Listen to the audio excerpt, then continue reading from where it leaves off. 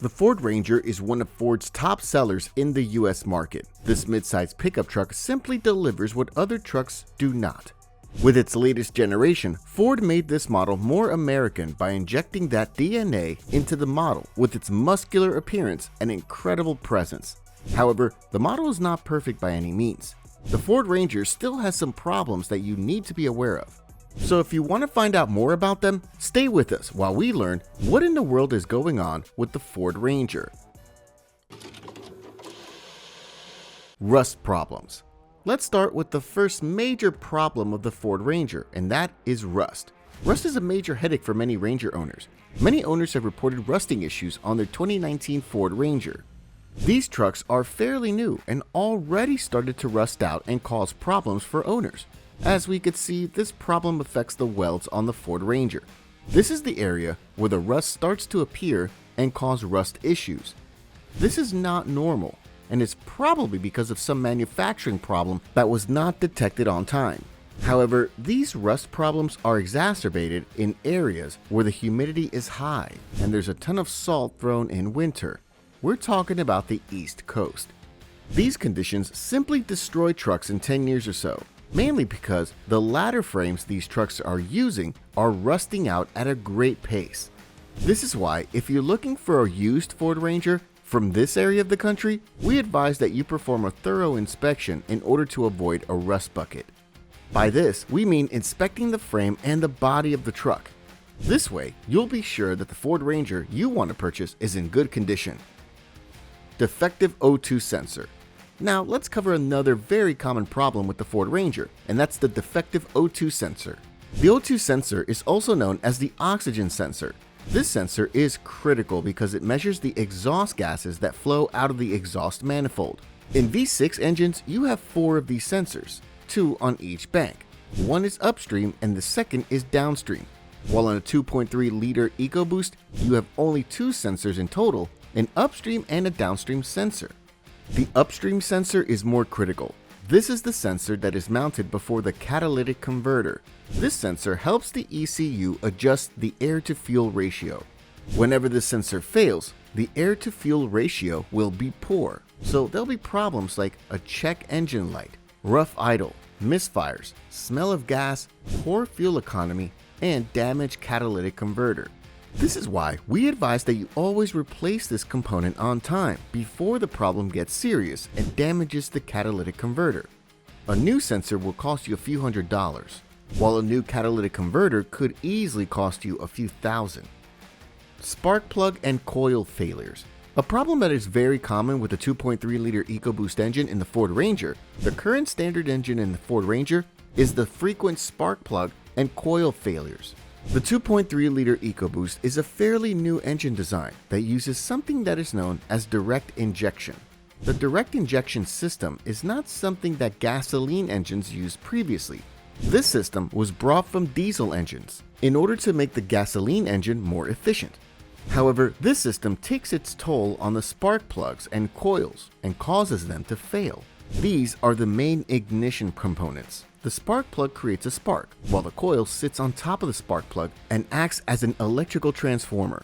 Since these components need to work extra heavy on these direct injection engines, they tend to fail more frequently than usual. So it's a good idea to replace the spark plugs every 50,000 miles in order to keep the engine in good shape. When it comes to ignition coils, you need to replace them whenever they fail. Don't run your engine with a faulty coil or spark plugs because this will result in poor fuel economy, low engine power, and damage to the catalytic converter. Overall, these components are relatively inexpensive and replacing them will save you a lot of money in the long run. Carbon buildup. Another common engine problem with the Ford Ranger is the carbon buildup that occurs in the 2.3-liter EcoBoost. As we noted previously, this engine is using something known as direct injection. With this method, gas is not injected through the intake ports like in older engines used in the Ford Ranger. This direct injection system uses special injectors. This allows carbon deposits to stick to the intake ports, and over long use, crust starts to develop around these ports as well as on the intake valves. This carbon buildup obstructs proper airflow and also the proper work of the intake valves. Overall, if these deposits become excessive, it can lead to engine misfires and cylinder head failure. You'll need a complete rebuild on the cylinder head or a new cylinder head for this engine. This is why we advise that the engine intake ports should be cleaned every 70,000 miles or so through a method known as walnut blasting. With this method, walnut shells are blasted into the intake ports, and they basically destroy the carbon deposits on the ports, leaving a nice clean surface. This method can be more effective than chemical cleaning, and this is why we recommend it to anyone that has an engine with excessive carbon deposits on their Ford Ranger. Turbocharger failures. Another problem that we must note when it comes to the 2.3-liter EcoBoost on the Ford Ranger is the turbocharger failure. This was the first turbocharged engine on the Ford Ranger, and this means that you have one more movable component that can fail and ruin your mood.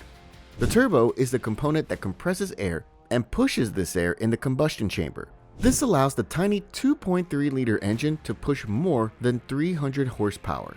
The turbo has a lifespan, and whenever this lifespan is spent, you will have to rebuild it or replace it.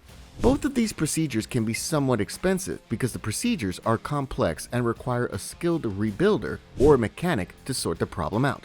This is why we advise that if you start to hear some whistling noise at idle from the turbo and low power, you better avoid this vehicle because it surely needs a new turbo. Fuel injector failures.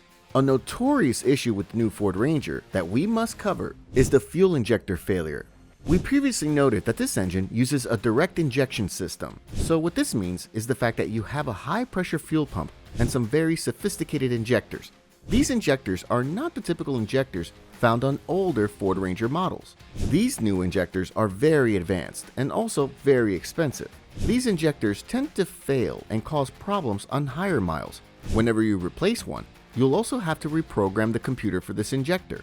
The new technologies make the latest 2.3-liter EcoBoost an extremely expensive engine to maintain. Common symptoms associated with bad injectors include check engine light, engine misfires, and poor fuel economy. This is why we advise that whenever you're looking to purchase a used 2.3-liter EcoBoost, make sure the engine purrs like a kitten. If not, you should definitely consider avoiding the purchase and looking for a different Ranger. Crankshaft seal leaks. Another very common problem with the Ford Ranger is the crankshaft seal oil leaks that appear often on these models. So what is a crankshaft seal and where is it located? Each engine has two crankshaft seals, the front main seal and the rear main seal. Whenever these rubber O-rings fail, there'll be oil leaks from the affected side of the engine. These are serious oil leaks that whenever undetected, the engine could starve from oil and fail. This is why if you want to buy one of these models, it's a good idea to check below the truck for oil leaks to make sure that the engine did not have some serious oil loss during its lifespan. Rough shifting. We also must note the problem with the 10-speed automatic on the Ford Ranger. This new 10-speed transmission had an aim to revolutionize driving and make the Ford Ranger driving experience one of the best, but according to many owners, the transmission does not deliver smooth shifting. This problem is common on new models with 0 miles. Reportedly, the issue is because the transmission has to learn in order to function well. So during the first 1,000 miles, you can expect it to perform rough. However, over time, this problem will be sorted out by itself. That's why you shouldn't worry too much about it. Glitchy infotainment system. The last problem that we must note with the Ford Ranger is its glitchy infotainment system. Ford's system is not one of the best in the industry, especially in the older models that are produced before 2020. This is the case because the software and hardware used were extremely poor quality and delivered mediocre performance. These systems tend to freeze and glitch, so you'll have to restart the vehicle in order to reset the computer.